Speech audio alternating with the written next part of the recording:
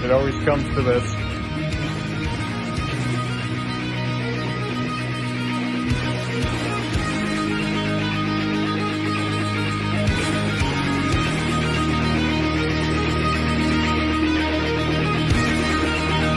More nice shit.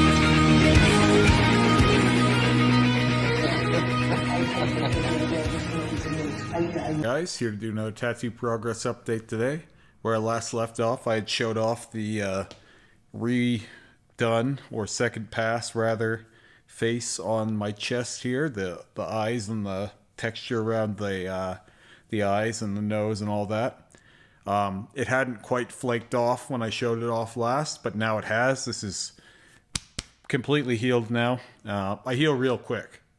You'll see that in just a second. I had another session here the day after I made that vlog. I was actually planning on doing that video that day, but it was pretty busy. We didn't get out of here till late, and then yesterday we didn't either. So I had more work done on my arm, as I talked about. I'm already peeling. This is Saturday. I had it done on Thursday. So I've already started to flake. You can see right here. This was done, yeah, probably, I want to say,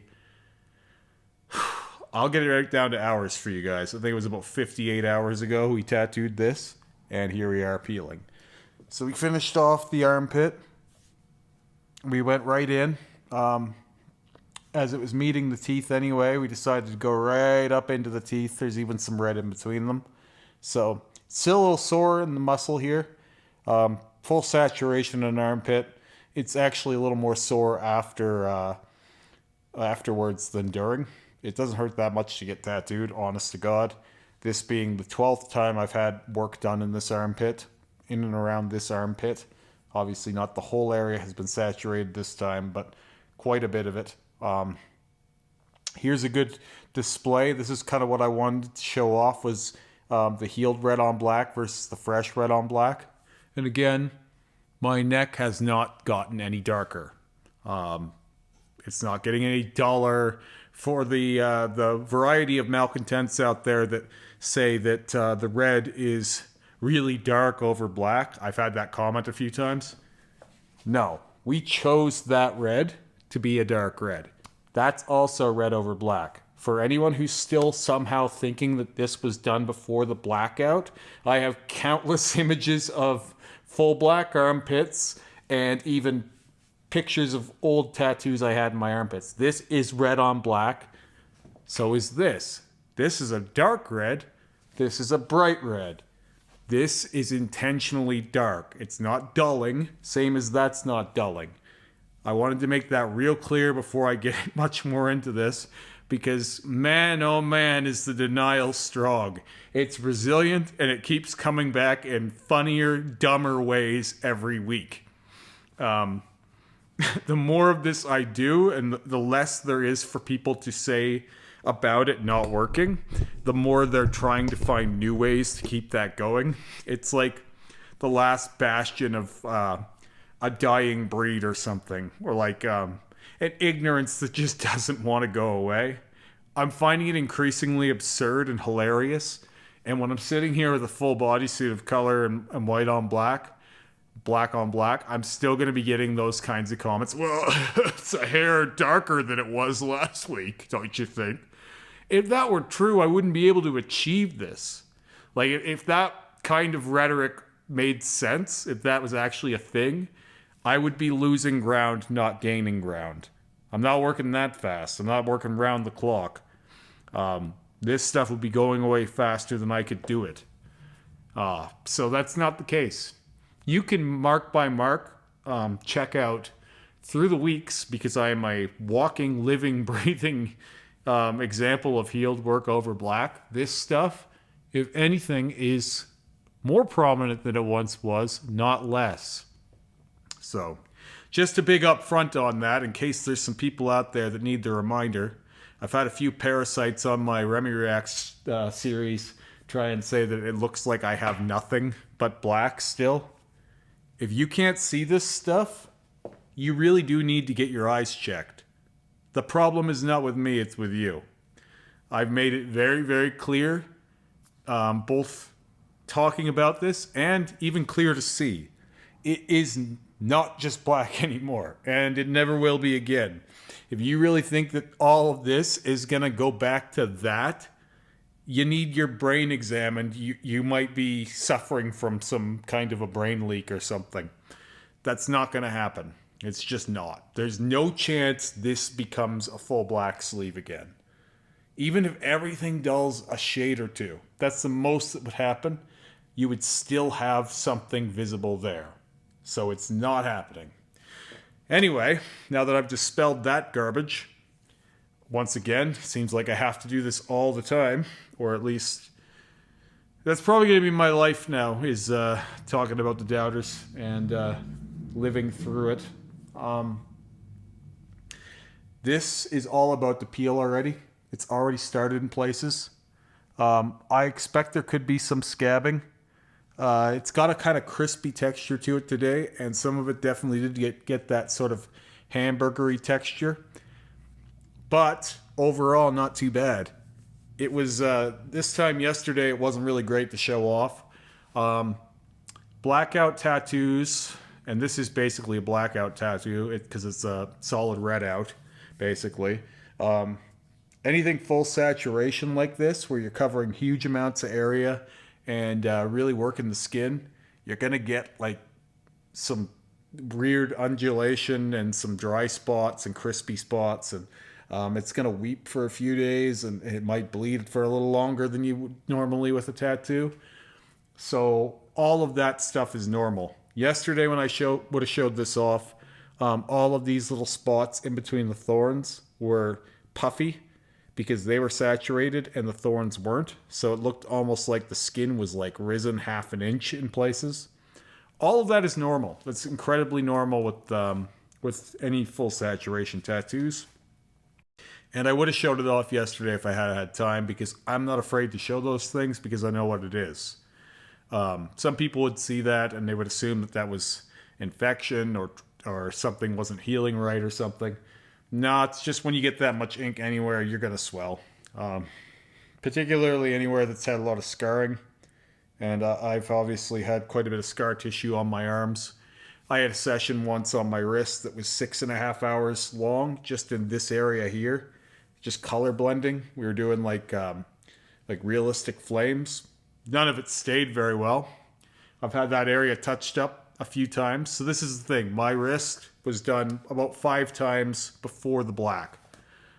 It's been blacked out many times since. And now we're doing this. So a lot of my old work was done by people who didn't quite know how to saturate. And something that I've been talking a little bit about here at the shop, something I told Terry the other day when he was tattooing me is, Terry, you're a good tattoo artist. You're a good artist in general. This is not meant to say that I don't think he's a good artist, but I'm working with Terry because he's a technician more than that he is an artist. And those are two different things. Before I'm worried about how well you draw a picture on me, I'm worried about how well you saturate, how clean your stuff heals, and how much trauma you do during the session. Those are the things I'm more concerned with. Between Terry and Rick, there are stylistic differences, of course. You can like one or the other more. They could both do a rose. It's going to be a different rose. Where I'm going with that is Rick is, out of 30 plus tattooers that I've had tattoo me, he is the most efficient at putting ink in skin. He does the least trauma. That's part of the reason I've worked with him for as long as I have. When Rick tattoos you, you don't feel sore. Like it does when he's dressing you at the end, there's no soreness to the touch. I've never once had like any problems healing with Rick. Terry is similarly proficient. Then again, he's Rick's apprentice, so that makes sense. That being said, I have easy heals with Terry, but they're not effortless like they are with Rick. So those years of experience translating into technique more so than art. There's something about really knowing your way around the skin. and knowing when to stop. Terry's got, he's very well versed at tattooing in general, and that's part of why I chose to work with Terry for the other stuff that I'm doing. Though that decision was made more primarily based on his technical prowess rather than his artistic background. That's just a bonus. So, not to take away the art from it, but for me, especially as far along as I am with working on scar tissue and traumatized skin, I'm looking for a technician first. So, this was session 6. I'll get into a little bit about it. This could end up being a bit of a long video. This session I thought was going to be shorter. I thought that this was less than this, the upper arm. But because we had to go up here and work around back here, and then we worked around the hand, we built it up in between the knuckles. We didn't really want to go on the knuckles yet. We may do that at a later date. We just wanted to prioritize healing a little bit. Because we had to do all of that, it actually ended up taking about 6.5 hours, which is just a little longer than the bicep. But we did it. There was one spot right here that just did not want to take. I told Terry to move on because we could both still see some black through it. But a lot of parts of my arms have been worked really hard and for long periods. So I said, well, we're going to do a touch-up on the red the whole pass through. I don't think it's going to be a proper full second pass. We're going to skim the whole arm, all of the red, and just smooth out some of the places that didn't take as well. There's a couple spots that are a little thinner in here. Nothing crazy. I assume there'll be some here too.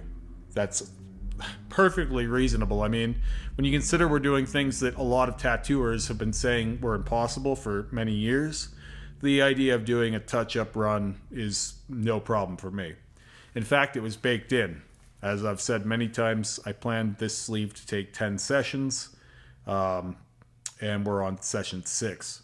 So I've given my giving my sleeve 2 weeks off, and we'll be starting the second pass that was always planned on the white highlights or the white spots in the tattoo, the roses. We're probably not going to do 2 passes in the thorns because the thorns we want darker, as the roses are in the foreground, the thorns are in the background. So in order to achieve that effect, we need to brighten up the roses, leave the thorns a little darker. Now, I'm stressing once again for the people in the back that don't follow along so well, that is not because this is darkened. I feel like I'm saying this all the time, but I really need to handhold with this. It's to increase clarity. That's it. This would stay as it is forever. This is proof of that. So is this. Okay? So is this. All of this is proof of what I'm saying. This, proof of what I'm saying. If you want brighter, you have to do it twice, 3 times. It doesn't mean that it's fading. What it means is that if you want it brighter, you have to do it more than once. I don't mean to sound condescending. I've gotten more and more exasperated with some of the common things that I hear. Once the black and white are saturated, it will stay the way it is. It's just that simple. You have to use the black though. But a second pass on the white was planned for session 7. Then I want to do a touch up of the red. We might break that up into 2. Depends. And there's a few spots where the black didn't go as dark. For example, this black isn't as dark as the black here. So I'm giving a session to black touch-ups. So then we're 8-9 sessions in.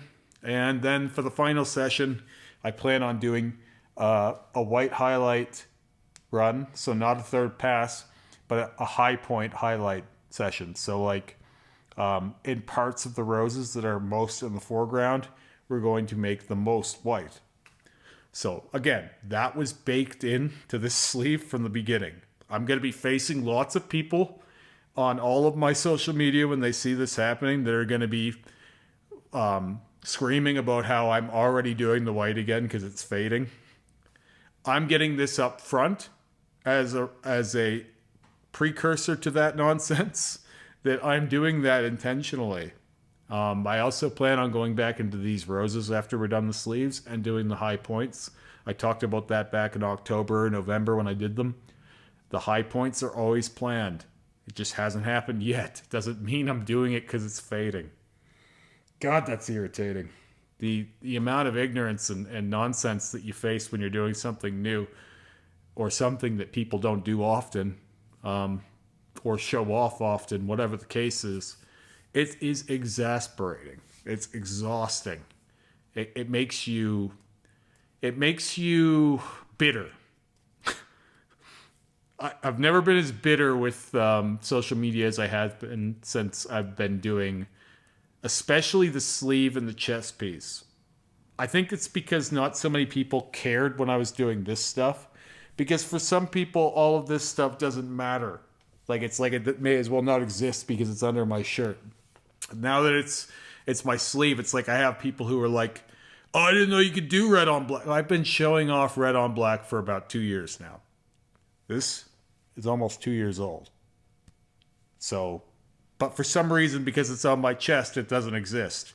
For some reason, that doesn't exist because it's on my rib or my underarm. Like, I don't know. It's really hard to explain, but these are the kinds of things you would never really understand unless you get into YouTube, Instagram, TikTok, that kind of stuff. The amount of nonsense and bullshit that exists in the tattoo community is absolutely exasperating. Anyway, I will get off of that and show off the full stretch of this arm. It's as dark as it's going to be right now. Believe it or not, when this peels, it's going to brighten. And you can already see that. The proof is in the pudding. So I wanted to get this in here real good. Healed, fresh. Healed, fresh. Okay? So we already know where this is going. So I don't want to hear any of the the common ones. I want to see how that looks healed. We already know. We can see it. I've done that math for you. You don't have to wonder. I hope that's good enough. Anyway, I'll talk to you guys again soon. Have a great day.